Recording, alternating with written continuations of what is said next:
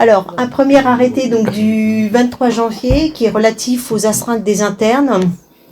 Donc, ils avaient en indemnité forfaitaire 21,26 €, ils vont passer à 31,89 €. Donc, voilà. Et puis bon, là, c'est décrit un petit peu donc, la prise en charge donc, du temps de trajet. Hein. Et puis le maximum des astreintes qui peuvent être payées, donc c'est 2 astreintes par jour, soit 2 demi-journées en fait, et pas plus. Voilà, ce qui fait un montant total de 156,53 €. Diapo suivante. Un arrêté concernant les lanceurs d'alerte, ce qu'on avait déjà parlé il y a quelques mois. Donc il y a des changements dans le vocabulaire en fait. On va parler de traitement des signalements. Le référent alerte directionnelle va être remplacé par une personne compétente pour recueillir et traiter les signalements. Donc là, je vous renvoie aux lectures, hein, parce que là, je ne vous ai pas tout transcrit à chaque fois.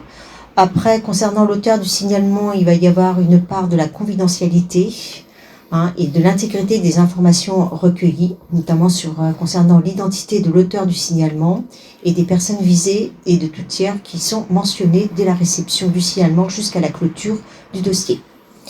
Et ensuite, autre point important, c'est que pour les personnes en situation de handicap ou en situation de fragilité, de difficulté ou d'éloignement, par rapport à l'écrit, il pourra être cette alerte pourra être prise oralement.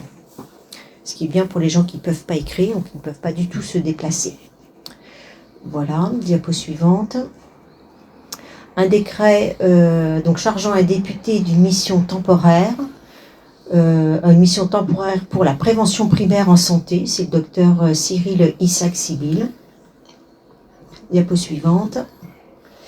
Et ensuite, il y a un avis de vacances du poste de directeur général de l'Agence nationale de développement professionnel continu, donc la NDPC, qui va disparaître d'ici peu de temps. Et en attendant, a été nommé donc Monsieur Dominique Georgi comme directeur général par intérim.